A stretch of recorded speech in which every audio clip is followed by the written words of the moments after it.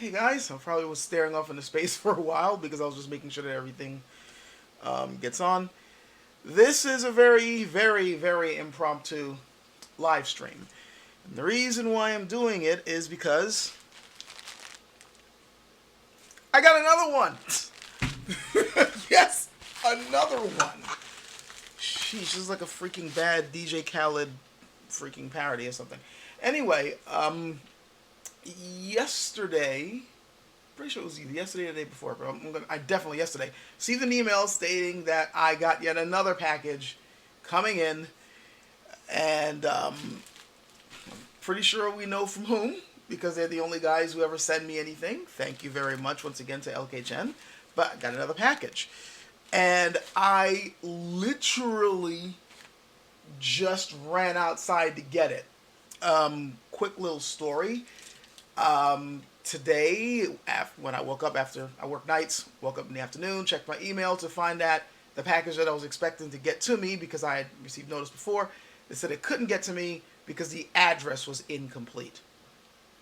Which puzzled me because if the address was incomplete, how did it even get to my city in the first place? And how did they know to email me about it if the... whatever. So I'm trying to figure out how I can get my hands on the package. What can I do? I called the post office, gave them the tracking number. Of course, I went to the automated service. And long story short, I set up a callback so I can speak to a human being about it. The callback ended up coming in very late. In the meantime, I then get an email basically stating, you better reschedule it. Because first they made it sound like they were going to send it back, which is why I was trying to stop that so I can go to the post office and pick it up. Then the email basically said you need to, do something with this package before we send it back. So wait, are you sending it back or you're not? Are you asking me if you want to send it? So I'm trying to set it up, through the automated online service to schedule it so I can go pick it up. And every time I kept doing that, I kept getting errors. And then I noticed that 45 minutes had gone by. I had not gotten my call back yet. So I tried to call the post office. And while I'm calling the post office, I hear the beep beep on the phone saying that the call's trying to go through. And every time I tried to click onto that, screwed up. Yeah, it was rather frustrating. Finally, I'm able to get my hands, or at least verbally get my hands, on a human. And they basically stated, according to this, they showed up to your door and you didn't sign for it. I've been sitting right here. Door's right there. You can't see it. Door's right there. No one showed up. So I'm talking to the guy, I look outside and I notice the mail truck is out there. Put down the phone, ran outside, and there was the package. Now, before we all start cursing out the mail lady for lying, she stated that she had just received a bunch of packages from another mail carrier, and she was trying to figure out where these things went. So it was a good thing that I went down there immediately to ask where my stuff was. So email service is telling, the post office through emails is telling me one message, then another message. The online web page is giving me yet another message, and then the guy on the phone is trying to figure it out. So it's kind of lucky that I got my hands on this at all. But I did. So it's here, and I decided, you know what? Instead of filming, doing the unboxing, cutting off recording, editing it, putting it, now let's just make this live. Do it now so I can get it over with. After all the running around I had to do, so I can then get to the cooking and playing Tekken and stuff. So, yeah, let's find out together what's in here. Now, just like the last one, I think I have an idea of what's in this. Because at this point, I can't think of anything else that they'd be able to send, unless this is something completely brand new that I've not heard of. But, oh, and by the way, the Suedo, no, I'm pronouncing it wrong. The last one I showed. So far, that one's testing really well. And it's holding up really well. No fittings have been lost at the time of this recording. Nothing has fallen out. Nothing is, screwed up. The blade's holding up just fine. The balance on that one is fantastic. Oh, and speaking of dull, let's just get this out the way because of an interesting comment that I received. Every now and then I get comments from people. Yeah, I know what this is. Here, before I get up the styrofoam, for those of you who've gone to the LK Chen website, can you guess what this one might be? considering all the other ones that I've received so far, and now this one, pretty sure you can guess what this one is. But for those who, don't have a clue, you'll find out shortly. Anyway, I receive comments every now and then, more and more from people from either mainland China or at least people who speak the language or know more about the culture and such. And they try to correct me on a few things, which I don't mind.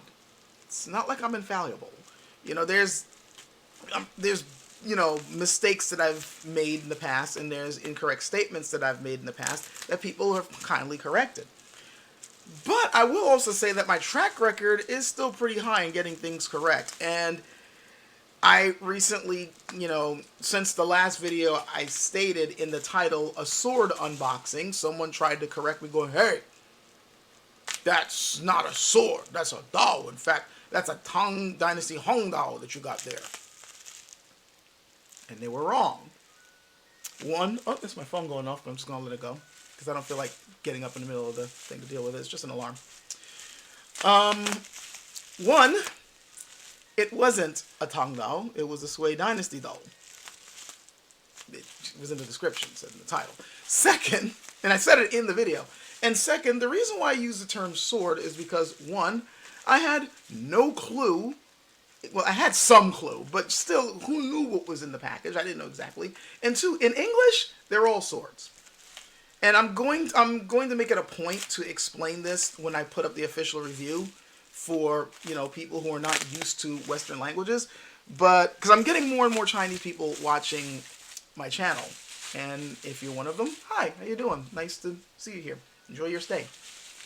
But in English, it doesn't really matter whether the weapon is single-edged or double-edged. If it's longer than a dagger and shorter than a polearm, it tends to be a sword. That's how we use the term in English, in the Western world. Now, yes, we do differentiate between types of swords. We have sabers, we have long swords, we have rapiers, we have, and also there's like official and unofficial, terminology, like what exactly constitutes a rapier, what's a side sword, what's a bastard sword. We have, different conversations and discussions on what counts as what. But generally speaking, all these particular sub-terms are all under one header, sword. It's not like in Chinese where there is two headers, one for single-edged weapons and one for double-edged weapons. And in China, a sword is a double-edged weapon, the jian. There's not that differentiation here in English, and as I am a native English speaker, that's how I'm going to be using the term. Now, yes, I do try my best when speaking on Chinese weapons to make that distinction and, state that, okay, this is a jian, this is a dao. But when I'm making that distinction, I use those terms specifically. If you hear me use the word sword, I'm not using it as the English translation of jian necessarily, unless I specifically state that.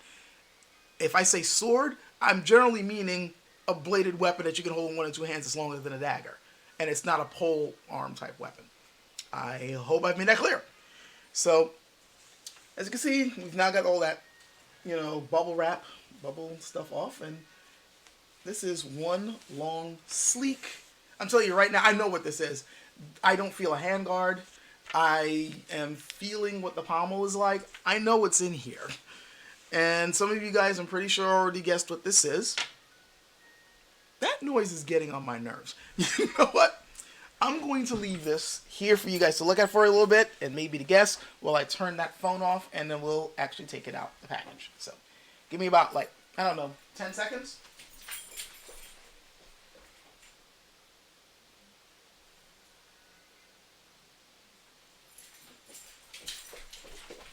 Okay, so that was about 11 seconds, but...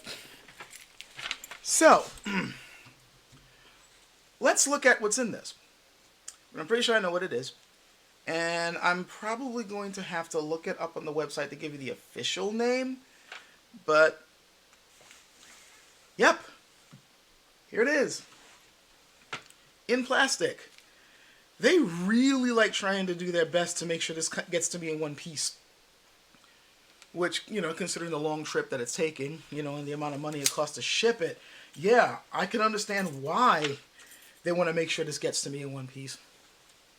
Right away, I'm noticing something about this one. And yes, this is their, I think they call it their cavalry Hondo. But I'm pretty sure I'm getting that wrong. So let's just look it up on the website so I can give you the official name for it. Oh, and funny enough, it's the weapon that shows up on the main page. You know how the main page, they show different swords randomly? The one that popped up was this one. Yeah, this is their Heavenly Horse, basically. The Heavenly Horse Cavalry Hondo. So this is, unlike the other one that was that smaller infantry one, this one is the one that was meant to be used on horseback. Though, I will state that from what I've seen on old murals and I've seen them on murals, I've seen them on paintings and all that. These were used off the horse as well, you know, and you'll see certain pictures of nobles like proudly showing these off, just like they'd probably proudly show their den off as well. But the one thing that immediately strikes me is the length of the handguard. This is pretty small. Not so small that I can't use it. But yeah, it's definitely, after, you know, holding the Suedo and now looking at this, yeah, that's, yeah, it's almost a dramatic difference. And I think I'm going to pull out the Suedo so you can see. And not only that, but there's not just a difference in the shape of the handguard and, you know, how long it is, but just also, like, you can tell that one of these is based on a soldier's weapon, and you could tell another one was based on somebody of some importance. So, this is so tightly wrapped, I'm having to really slice it here. I don't want to cut the cord. Here we go. Okay, now we got this going. Got that nice spiral action going here and unwrapping it. Now I'm going to put that there and close it up, and hopefully I won't have to open it again. One thing I really like the sleek form factor with these, not just with the doll, but with the den as well. I know for people who are used to bigger handguards, something like this would vex them. But personally, I love it when you just got that nice, sleek form factor with a weapon, when it just perfectly blends in with the scabbard. I've always liked that design. Some people would say it's impractical. Consider that this particular weapon was meant to be used, you know, either on horseback, so you're not really having to worry too much about clashing like that, or usually if you're on the ground, you're using it in conjunction with a shield.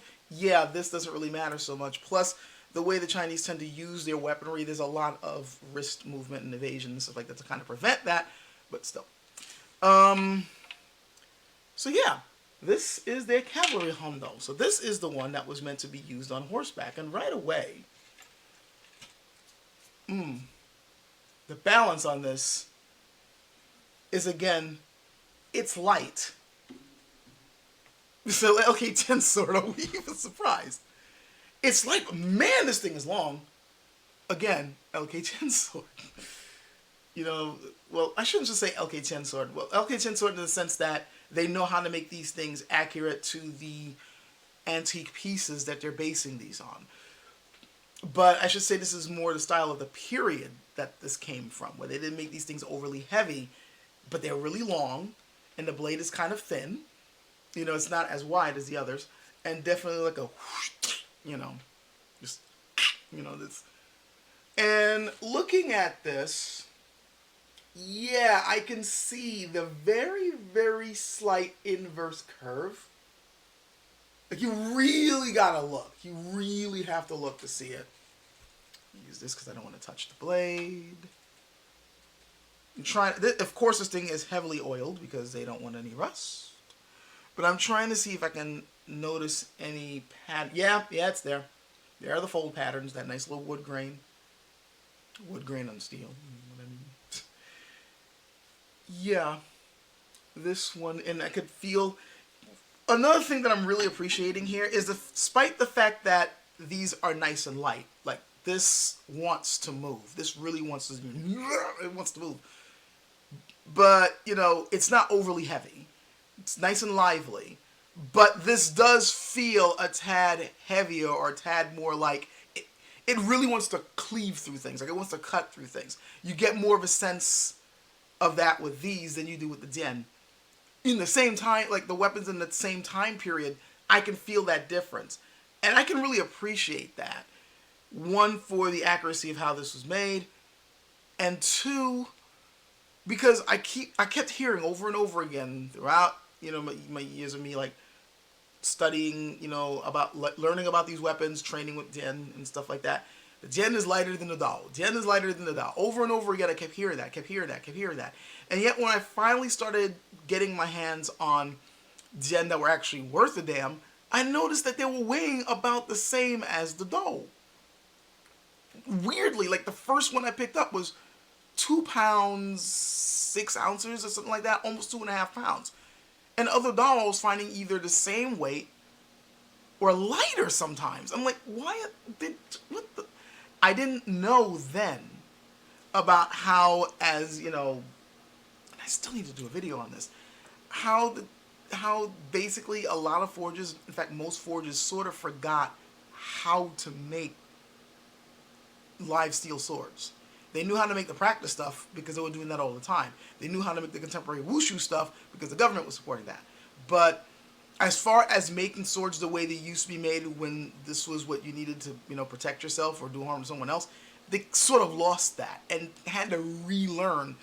And I mean, I'm giving you a very simplified version of this, but essentially the way they've relearned how to make swords was by making replica katana, and then that kind of crossed over into making these. And when you're using when it's a Dian is not a katana, so when you're making the steel can be similar, but the balance and the weight and the handling is not going to be the same.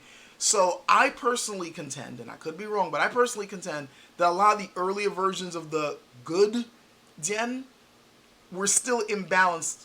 They were not really balanced correctly. They didn't feel exactly right.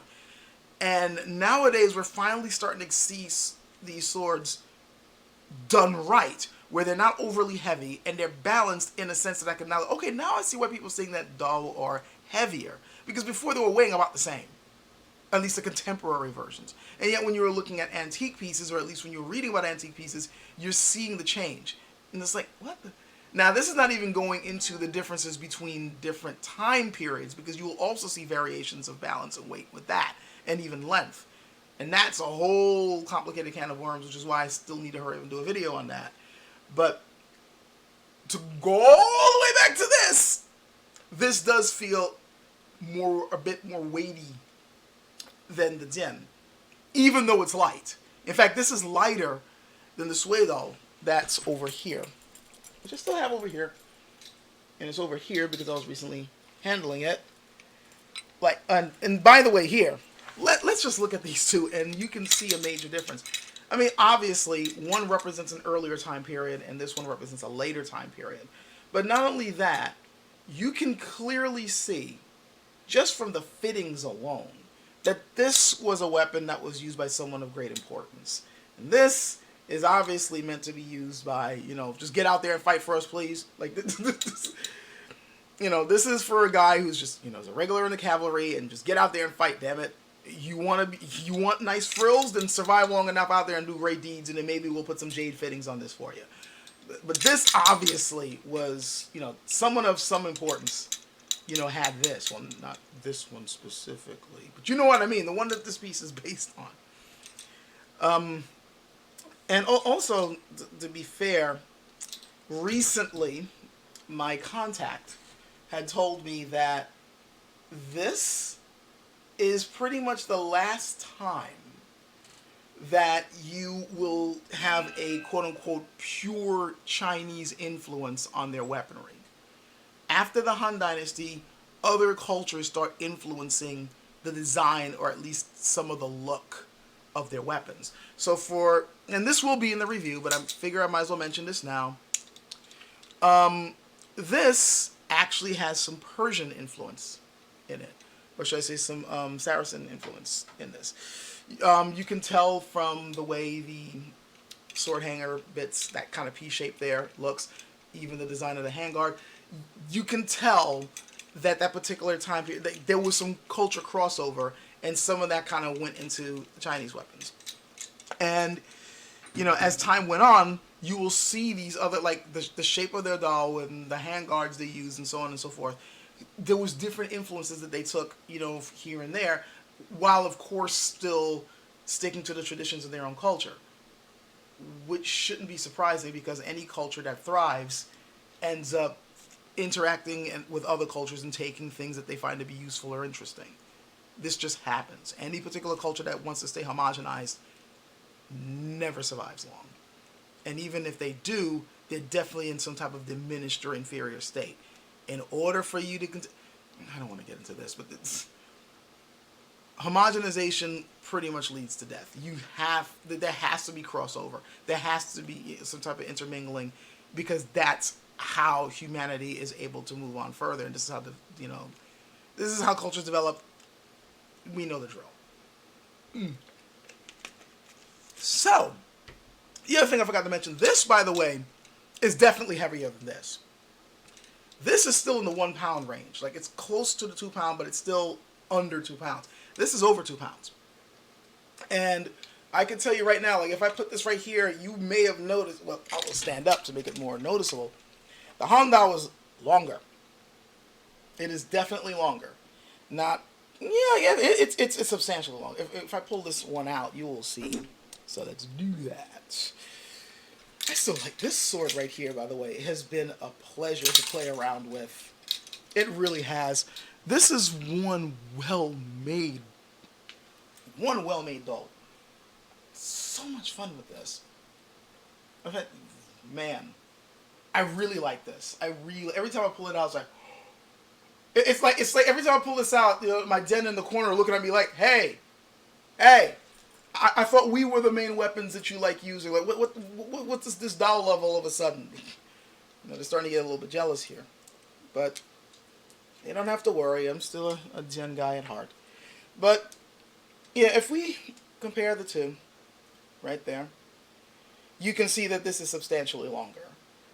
And this just bears out the thing that I've seen, that when you look at Han Dynasty weapons, they tend to be a little bit thinner in profile, but definitely longer.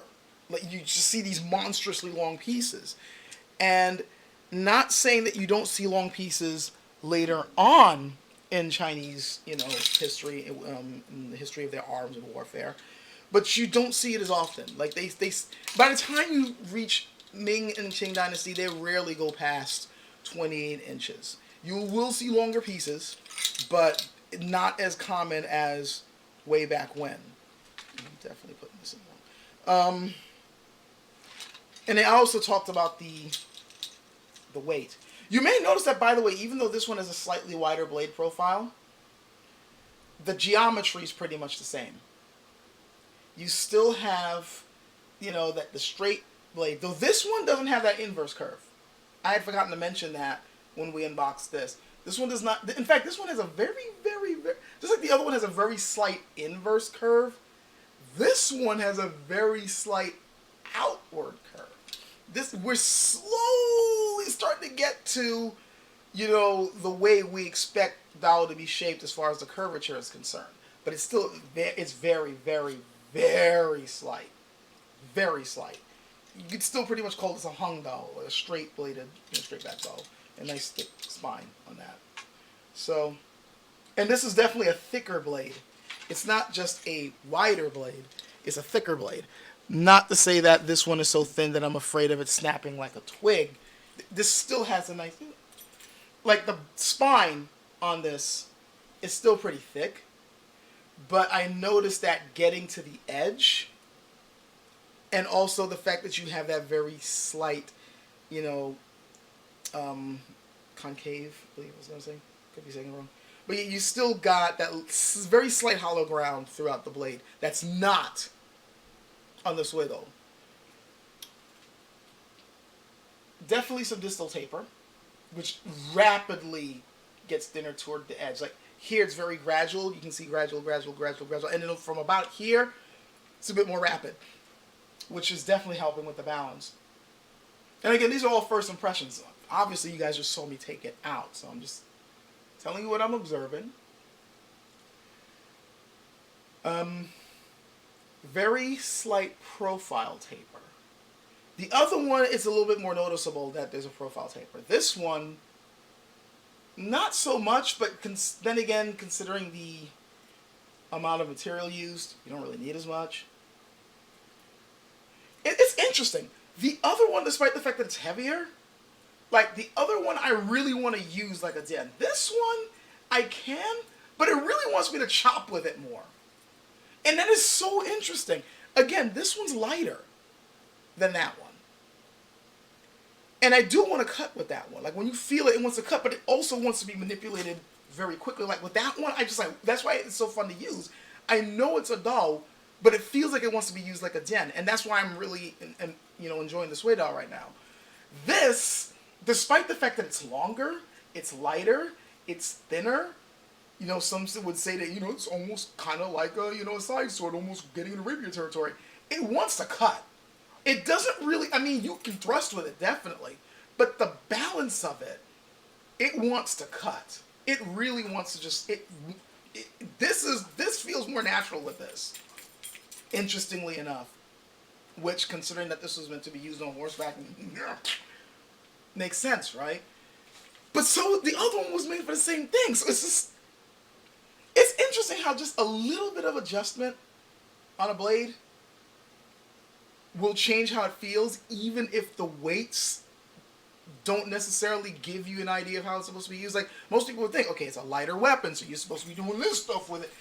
And even though this is lighter and longer, you're thinking, yeah, stay back, fiend, stay back. No, like, this wants to be, like, die, Just go. Like, it really wants you to just go right through your target. Like, it really wants you to do that. So, I find it extremely interesting. Hand grip is good. Very tight. Feels good in the hand. I'm not losing my purchase on it. It is definitely a smaller grip, though. Like, this answers my question on the Sway doll. Like, the one I have was the one with the longer handle version, obviously. The original had a shorter hand grip. And I was wondering to myself, are my hands too big for that? And I think this answered my question. I think I'm happier with the longer one. Like, this is not really getting in the way, but I wouldn't say that I have monstrously long, big hands, but I got fairly large hands. And as you can see, it pretty much engulfs this grip. So, if my hand was any larger than this, this would be a problem. Like you can see, like even the way I normally like holding my sword, like I like having it a grip like this, and look where my knuckle is. It's like right at the handguard. It's going even slightly going past, and then where my palm is, right at the ring. So this is pretty much the limit for as as short as I can get with a handle. I really I can't go any shorter than this. Thank God it's not shorter than this. I still like it though. So far, first impressions, I still like it, and it's pretty well made. Looks sharp as hell. It's very sharp as hell. Oh, do I have any? Might as well test the edge. I didn't test. Well, I tested the edge on that off camera, and sneak preview, it's sharp. Might as well see what this one is. I'm curious. Yes, I use. Pretty sure I have some scrap paper somewhere down here. See all the crap that I have here. I need to buy some more paper, actually. Actually, not just paper. I need to get me a new freaking printer. My brother printer has pretty much died on me. Yeah, that's sharp. I wasn't even trying with that one. And now I'm screwing up live. Yeah, Jeez. Okay. Alright, this shouldn't give me a problem on the cutting tests, I don't think. Definitely don't think. This was certainly handmade. I could tell because there's a very slight irregularity with the edge bevel, which kind of surprises me because normally they get their edge bevels straight There's all get out. This one is slightly irregular right here. Not that that bothers me all that much. It just tells me that it's a handmade sword, which is pretty much LK Chen's MO. So, but yeah, this definitely you can thrust with this. I'm not trying to. You can thrust, but it definitely wants to cut instead. Like this wants to just go right into the target. And again, considering that this was meant to be used on horseback, that's how you'd want this to be balanced. I noticed I'm kind of glancing at the comment section, but I'm not looking at it really religiously. But I noticed one person saying that could you do lead with the point with this, similar to the way Napoleon wanted his riders to use it, and later on Patton, when hit the Patton saber, they were trying to go with the same thing, during before World War One and so on. I'm guessing so. Like again, it's a straight blade and it's single edged, which is similar to those, and it's nice and long. I'm pretty sure you could do the whole lead with the point. It goes through and then you kind of go off like that as you're riding past them. I'm sure you could do that. That wasn't how this was meant to be used, but it could still do it, I'm guessing. I'm not a horse. I don't train for cavalry, so I couldn't tell you. Let's actually go into, nothing's rattling, by the way. This is nice. Once again, LK Chen, Uncle Hing, good on you. This is holding firm. It's not loose. It's nice and tight. This, it's holding firm. Yeah, that's much strong. I think you guys are using stronger glues now. Nice and tight. Nice and tight. Yep. Of course, I love the finish. I love the finish on these. One other thing, like usually when people lacquer up these things, they make them really, really shiny. And the thing I like about these is that the way they, the stuff they use to preserve the wood of their scabbards, it's enough to protect it, but there's still, this kind of matted look to it. I love that look. I really do. It's because the problem with the shiny stuff is, one, you get fingerprints and stuff all over it, and two, too much of that stuff breaks off easily. And I don't really think that that's going to be a problem with this, So, yeah. Of course, the metal around here to protect the end of the scabbard. I kind of wish that the Den had this, but considering that these are supposed to be replicas and the old replicas didn't have that, I understand. It's really nice. Really nice. Yes, it is. And again, I will say, though, that this is the first one I've gotten from them where this is not as tight. Like, usually, when they get in there, they say, oh, this is still fairly locked in, but if I shake it, yeah, see?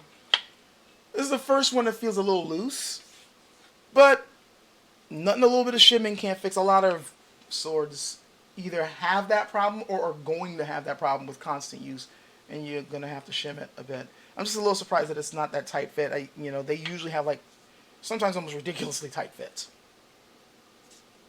Again, this is, it's just nice, utilitarian, well made.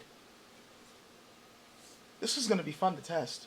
I'm wondering if now I need to, considering how quickly this one came in with this one, should I do a double review? Or should I just stick with 2 videos?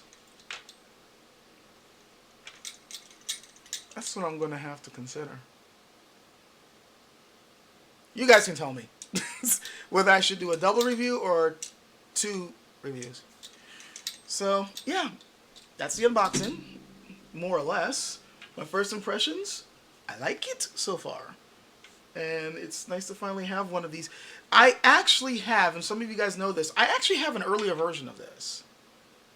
And this is a vast improvement. I can tell you that right now.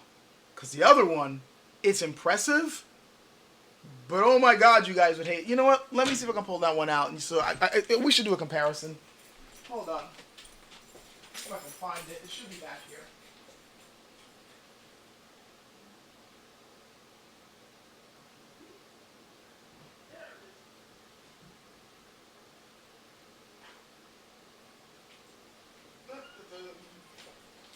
Okay, so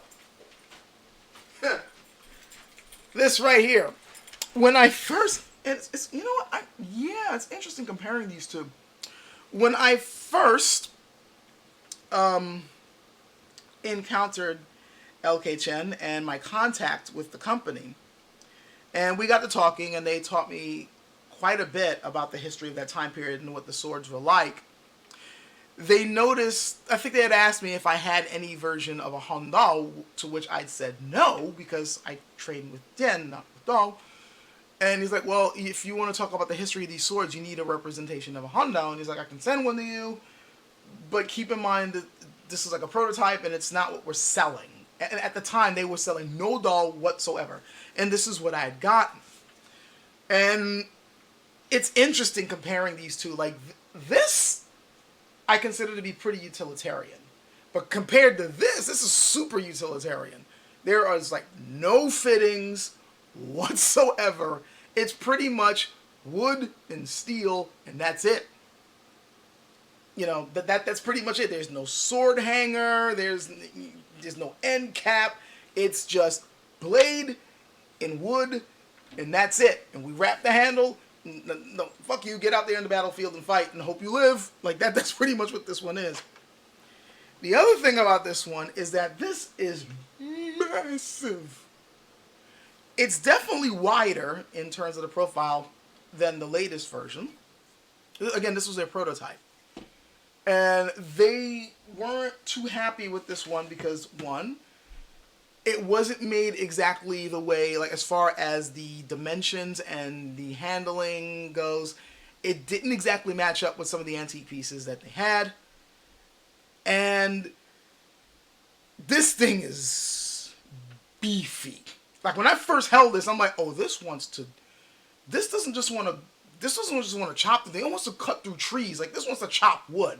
Like this feels like a long axe. Like this thing is beefy as hell.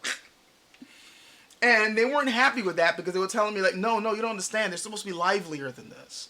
So, I mean, I was still playing around with it. You know, I'm like doing my flourishes and my sword flowers and things, which apparently they were a little surprised by. They're like, that thing's way too heavy for you to use that way. I'm like, I'm used to these weights. And I think I might have saddened them because, you know, back then, again, we were using swords that weren't exactly weighed correctly.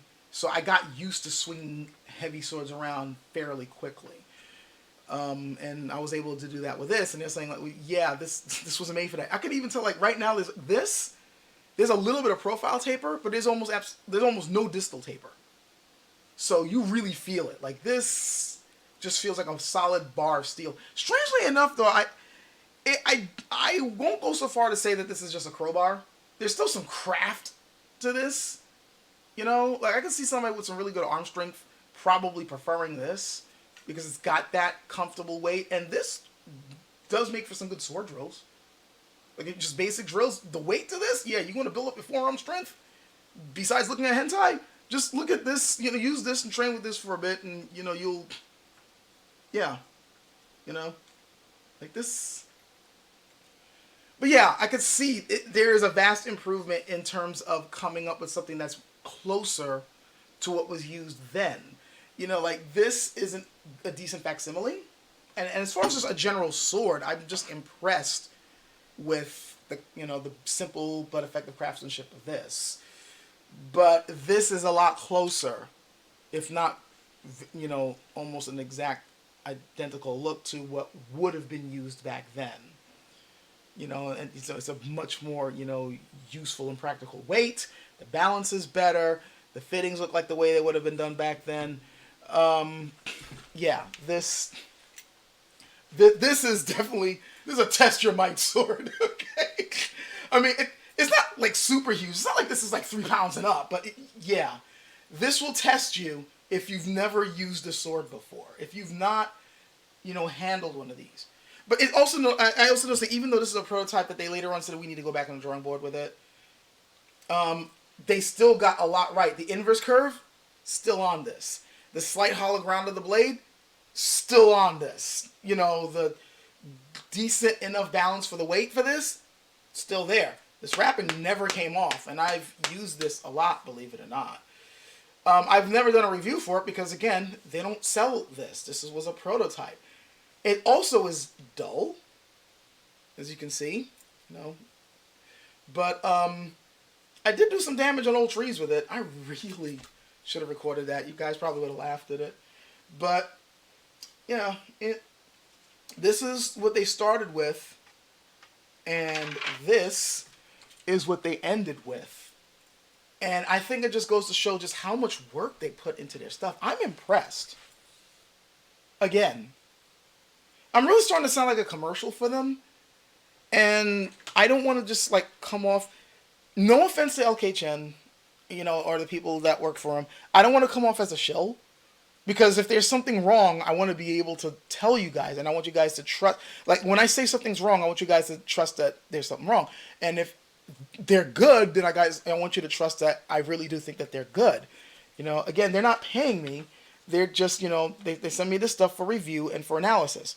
And that's the other thing. It's not just like, oh yeah, we like you guys to review this and I hope you give us a good review. They don't just do it for that. They also do generally ask me, okay, what was wrong? And I'm like, okay, yeah, you might want to fix this, that, and this. Okay, and then they actually do that. They've asked their customers if they were happy with it, you know, and then they asked them what's like. These guys seriously, they seem to really want to put out a good product. I hate using that term that way, but that's how the way people use it these days. They want to put out good swords, you know. They really want to put out good swords, and with each piece that they're putting out, you can see more and more that they're kind of getting into their stride. They're getting into their groove on coming up with, you know, accurate pieces. So yeah, looking forward to testing this one. Oh, someone asked me what the weight was on this. I knew it was over 2 pounds. I want to say it was at least 2.5. I can find out. Scale's right there. Hell with it. I keep going off camera, which you're not really supposed to do when you're on a live stream. Okay, so I'm putting this on pounds. I'm sorry that I'm, you know, being a barbarian here, but oh, this is pretty weighty. 2 pounds, 9.2 ounces. Yeah. This thing's like, oh wait, it just, okay. Now okay, it's actually more 2 pounds, 10 ounces. Yeah. 2 pounds, 10 ounces. This thing is not, this isn't a toy. So, yeah, this thing is pretty mighty. It's pretty... This is the straight up, you know, it's beyond you owe me money. Like, I'm done with you type of weight. So, yeah, this could do some damage if you swung at somebody with it. Even though it's not even sharp. He's got just enough of an edge. It's going to do something. So, whew. Okay, so it's pretty much I'm pretty much at an end to this. There's not much else I can say other than, like, I just got this. I haven't tested it yet. I can't. Yeah, I need to test this. I need to, you know, go out there and chop stuff up. And I really wish I had some tatami. I really do. Cutting up bottles is one thing, but, you know, actually cutting tatami is a lot better. So I'm going to go over your stuff real quick. See if I can touch on stuff. Someone's asking me, how's my martial art training going so far? Haven't been able to find any training partners. Yes and no. For those of you who are interested in this, I had found a school when I first moved out here on the west side, in Washington, a really good school, and I was training with them for a while. But because of my job scheduling conflicts, I just couldn't keep up with going with them. While I was there, I was training in Bagwazang and Wudang Sword. And by the way, normally when you go to a school that's training in that stuff, you're not going to get much practical sparring, and, you know, it's going to be mostly empty forms and a lot of dumb theories. No, these guys were all about, okay, we want you to be able to use this stuff. So the sword stuff, for instance, they're not just teaching you forms. They want you to know the basics. They want you to go through drills. And they schedule once every week, they have their sparring nights. You know, you put on your gear and you got to spar with the weapons. So it's like, There's so few schools doing that. I appreciate them for doing that. Like they have serious plans on like going a little bit further with like they want to come up with their own program because it kind of like is like look, we're training in wood on sword and we don't have a proper sword program and tournaments and things like that. Like they want to really get out there and do that, and I applaud them for that. And the same thing by the way with their bare hand. Like when I was in their Bagua classes, everything was, like they would show you the movements and they'd have you drill in it and they show you some of the form stuff, typical traditional training. But then you had to like practice movements against someone and then you had to try to make it work. In other words, resistance training. So it's all right, get out there, 2-3 minutes, go. And you had to try, the guy wasn't just going to stand there and let you do it. So I appreciated that stuff. It's also the one place that I was actually able to do a little bit of brick wrestling. Well, I call it brick wrestling. You got to stand on the bricks, and you're trying to throw each other off of there. The first person to throw each other. That was fun. But I haven't been there in a while, and it's because of my scheduling. Now, recently my job my schedule got changed again, and while it's still kind of inconvenient, I might be able to get back to classes if I can finagle a little bit. I might be able to go back to classes. I'm really hoping I can do that. So. Cross your fingers for me. I really want to get back in there. But that should answer your question. Yeah, like it's like yes and no. So going down there. If I have a GPU, what is it? You're building a computer. Okay, that should be. I need to do a video for another time on building a machine. But I'll tell you right now that I'm currently running a 1660 Ti NVIDIA card. The card I had before that was a GTX 970, which is a pretty good, even now, it's still a pretty good card if, get your hands on it. I was planning on upgrading, and I was originally going to go with, one of the 20 cards, and then I realized I don't really need ray tracing just yet. And I'm still, believe it or not, in this day and age, I am still running 1080p gaming. I don't really need to go to 1440 or 4K. I don't really have a use for that. So, I mean, I'm pretty sure by next year I'm going to start looking for cards that do that. But for now, 1080p is good enough for me. So when I considered that, and also when I considered just how, believe it or not, that 1660 Ti, despite the fact that it's supposed to be a mid-range card, it's better than the 970. By a lot. Not like a huge amount, because, graphics cards these days are not like the huge leaps and bounds that they used to be in each generation. But it's still enough to be significant. And it's much cheaper. Like I got mine for $270 at the time that I picked it up. So it's just like, yeah. You say your budget is $1,000. Yeah, go for if you can afford it. Pick up like a 1660 Ti. I think there was a later version that might be slightly better, but the Ti is pretty good. If you can find it at reputable places for around $270. If they got it on sale, you could probably pick it up for $250, something like that. Pick up a Ryzen chip. There's no reason these days not to. They're cheaper than the Intels, but you can still game with them. I do. I'm running a first generation Ryzen. The later Ryzen chips are way better than mine, but mine still kicks ass, and it's cheaper. Get yourself like a Ryzen chip. Pick up, like a 1660 or something around that range. Or if you want to pick up a Radeon equivalent, you can do that. You don't have to go crazy with the cooling like I did. You can easily keep this under $1,000, easily. You don't really have to go too far with it. I should do a video on that, building on a budget, just like I got the whole cooking on a budget thing, which I haven't done in a while, and I know I need to get back to it, but you don't have to spend that much. You really don't. You can build yourself a decent rig and do what you need on it, and it'll do surprisingly well for you, as long as you know what parts to get. Could you use it to thrust on horseback? I think I already answered that question. Sort of. Am I going to be doing any cutting with these? Hell yes, I got to review them. They don't hand these things to me for free because they like me. I gotta test these things. So yeah, I'm gonna be doing cutting with them. The point of the ring pommel. Two things. I've already gone over this, but I will. The ring was originally a cultural thing.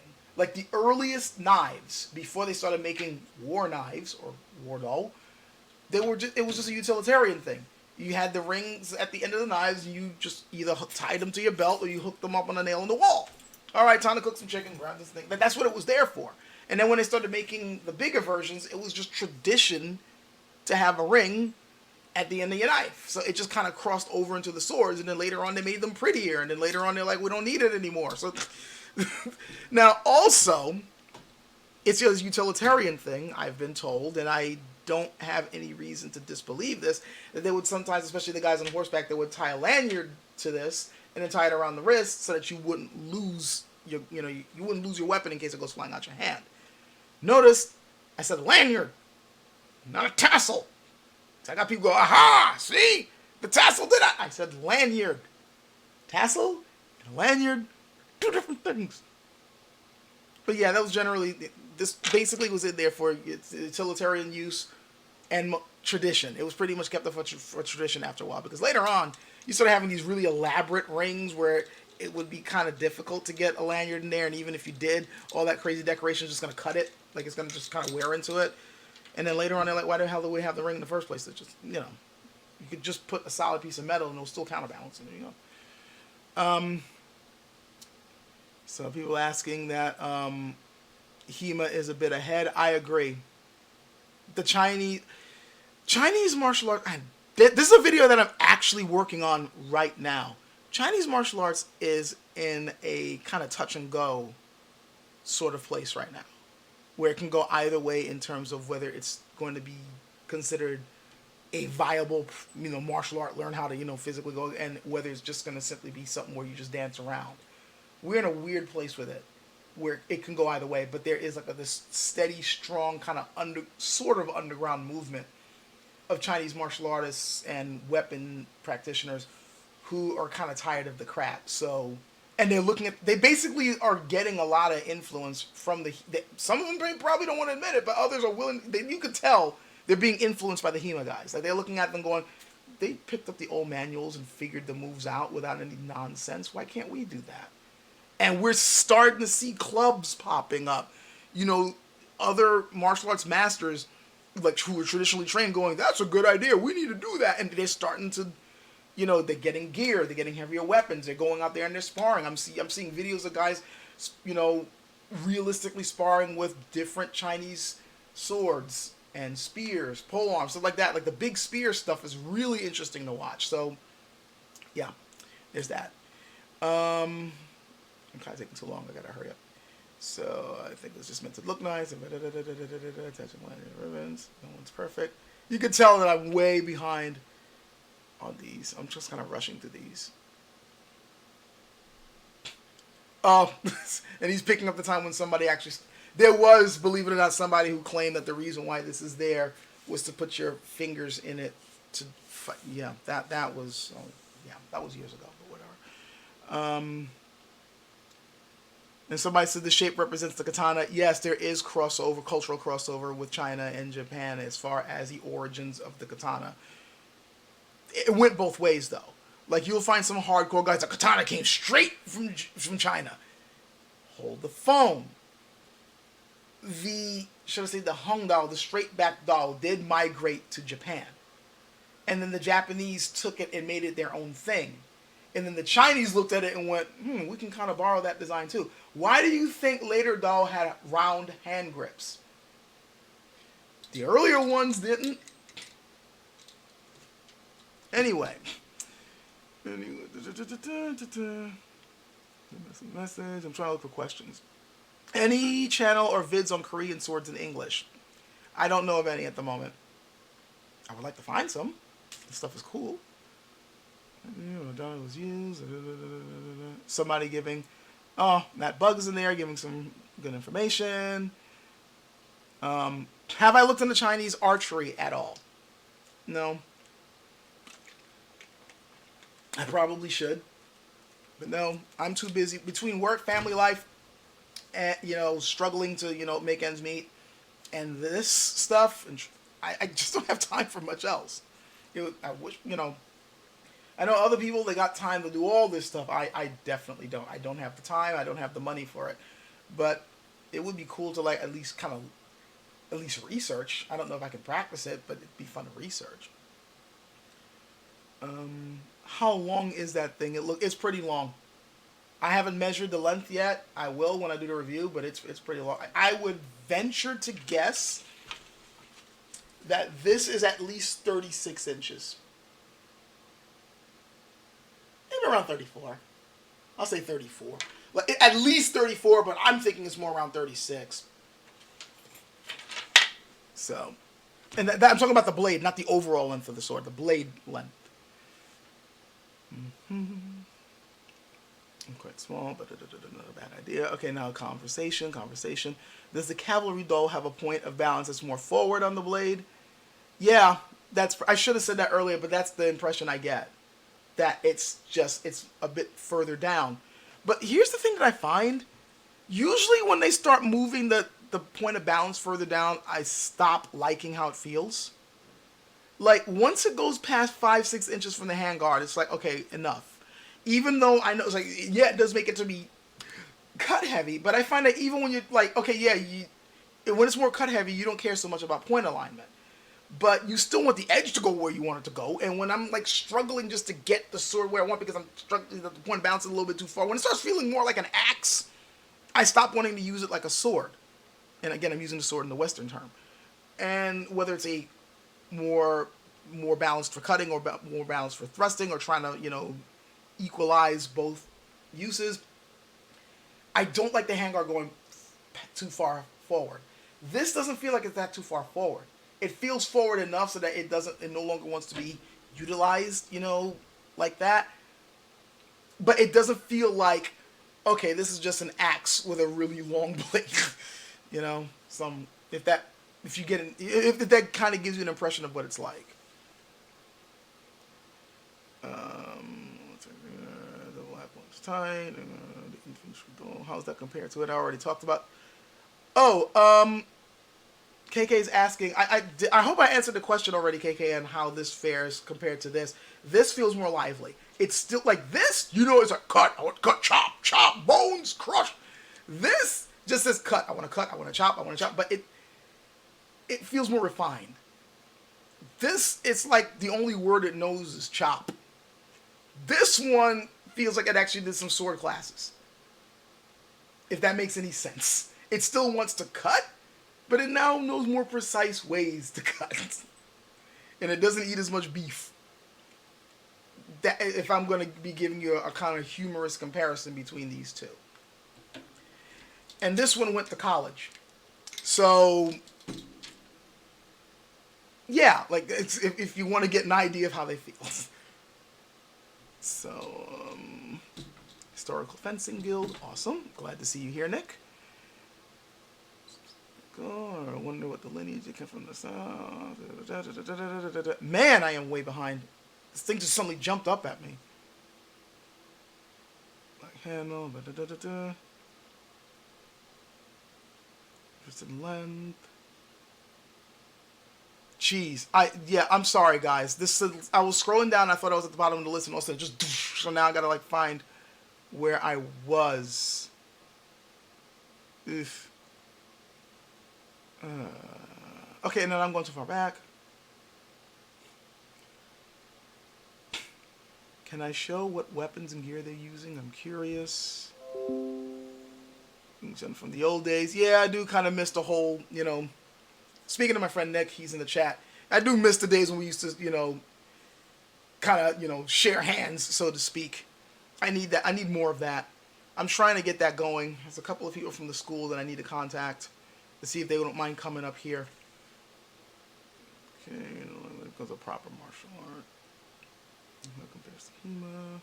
There's a lot of Arabic Persian manuscripts that have yet to be translated. Yeah, I agree, Sparrow Song. There's a lot of stuff out there that really needs to be translated and looked at. And I'm thinking that the more we start looking at the stuff and looking at the crossovers in terms of the influence on weapon design as well as weapon use, the more we're going to get more of an idea of how these things were meant to be used.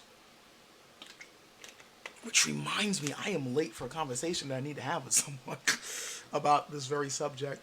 Well, more the subject on preserving real usage in Chinese weapons. There's someone I know who's really pessimistic about this right now. But he's coming. I understand where he's coming from. I can't fault him for being pessimistic, which is why I think we'd have a really good conversation. All right, so I think that's about it. I'm not really seeing any other. If I skipped a question, I am very sorry. I'm just speeding through this because I wasn't expecting this to be this long. I thought it'd be done 30 minutes ago, and I got to get started with the cooking. But yeah, thanks for being here with me while we unbox this thing.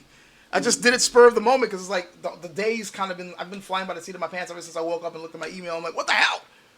And I literally, like, I ran outside, got the package, ran here, caught my breath, looked at the box, and I'm like, screw it, turned the camera on. It literally was just like that, you know, and it actually is coming up quite well, so cool, right? Okay, so I'm going to look at this a couple last things.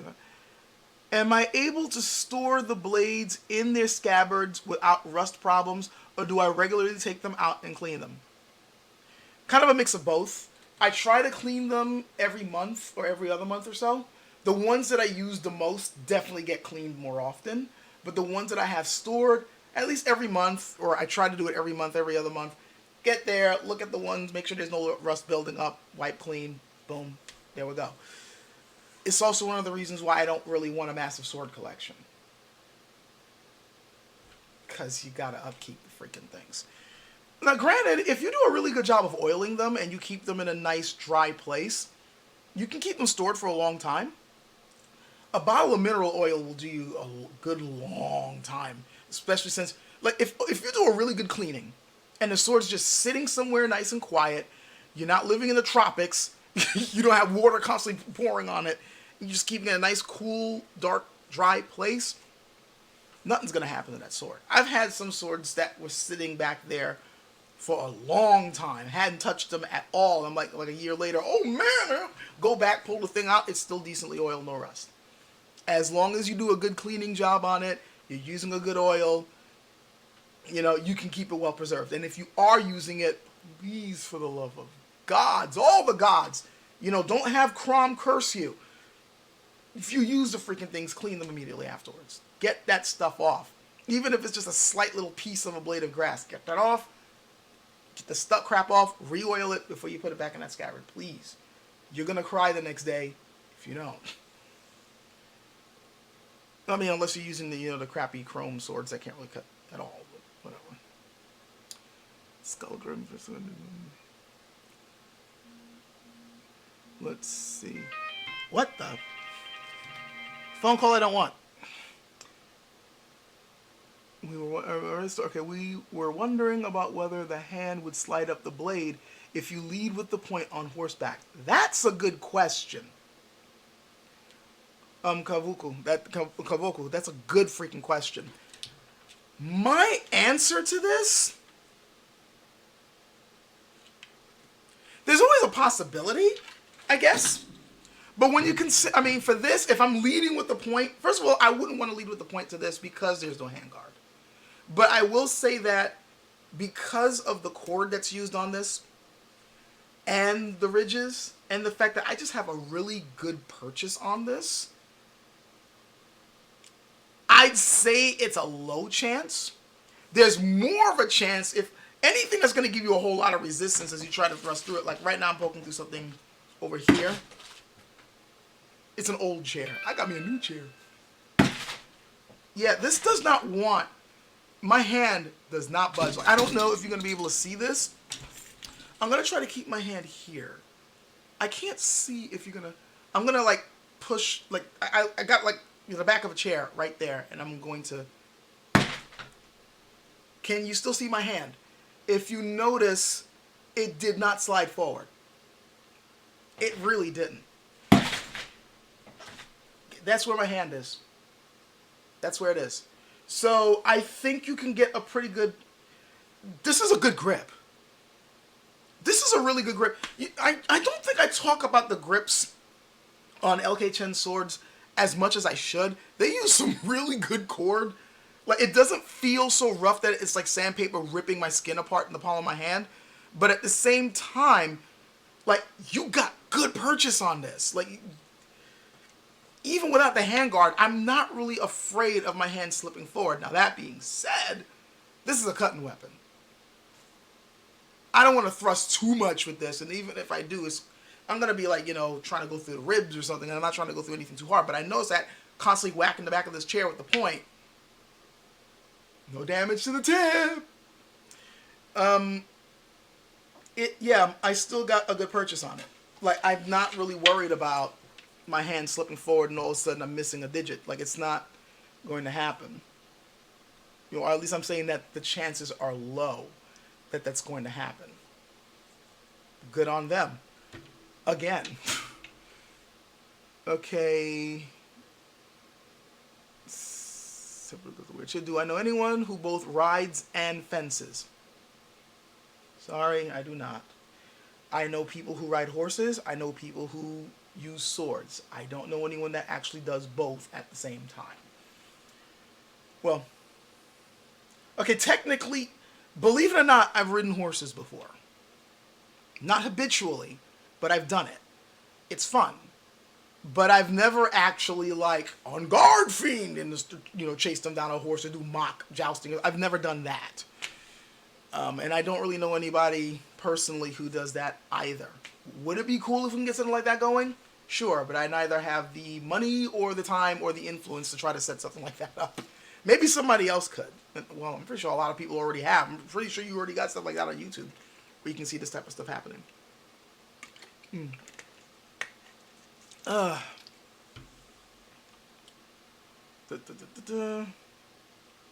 Okay, so I think that's about it. How dense is that blade? Is it like the mask is solid?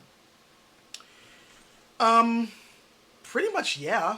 Even though it's a lighter, thinner. One thing I have to say about this is the last thing I'm going to say because I could be here the whole night. One thing I could say about these swords from LK10 is that despite the fact that they're light and well balanced, the steels are not flimsy whatsoever. And the fact that they're blending two types of steel and folding them together really well. I mean, they're not Damascus steel. No one knows how to make Damascus steel anymore, but the steels that we are making, the folding patterns that we are coming up with, are really good.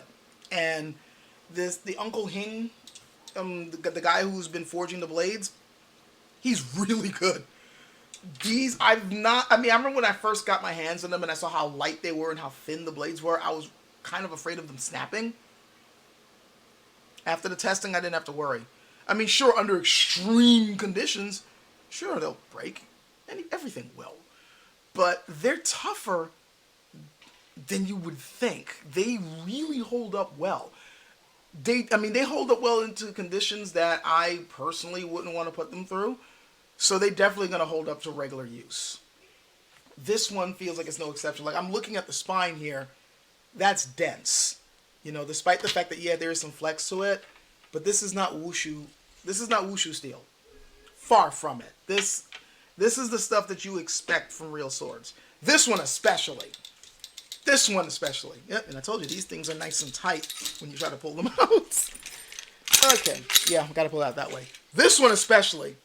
There's still some flex to it, but this is where we start getting into the much thicker blades. Hey, and that's my son coming through. Like I said, reminding me that I need to cook. Wait, are you streaming? Yes, I am. Oh, thank God. I'm sorry, I didn't want to ruin it. You're not ruining it. So, okay. But, yeah. Okay, that's it. This was really long for an unboxing, but it was fun. It would really be fun if you freaking jokers would freaking get Tekken 7 and then we can actually set a lobby up and we can actually freaking play, but you people never do it when I ask you to. They freaking nerfed Leroy, guys. There's no excuse now. You can get... Which, by the way, I wanted to use Leroy until I saw that he was over freaking powered. And now that they freaking brought him back down to being immortal, now I can train with him. I didn't want to use him because he was too freaking good. 6 Leroys at the end of freaking Evo Japan. Not a good look. I'm glad they nerfed him. I really am. I'm not one of those guys that likes whining a lot because personally I was also one to say, even though I'm glad they nerfed him, at the same time I'm like, guys, can you please learn the matchup? This Julia player did. She's kicking Leroy's asses. What the hell is your problem? Well, the character's she, but you know what I mean. Jeez. But, yeah, anyway, yeah, Tekken 7. Love that game. I'm probably going to be playing it tonight, either that or Payday 2 or both. I really like Payday 2. It's an old-ass game, but man, I love Payday 2. You need to get that too. You know, get a lot of games. So we can, like, set up lobbies and really get into it. Ugh. All right, I gotta cook. I got chicken sitting in the fridge. It's been spiced for a while. Not too sure if I'm making curry tonight. Might make red curry. I already did teriyaki. I'll figure it out. All right. Actually, yeah, we do. Considering that I'm still overdue on my rant about the Jedi lightsaber stuff in the movies and how they've regressed over the years, it would be fun to kind of have Nick on that one. We'll see if we can set something up.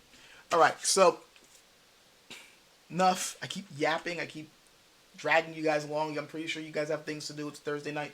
So thanks for being with me for the unboxing. I know it was really impromptu, but I had fun doing it. Hope you guys had fun watching it.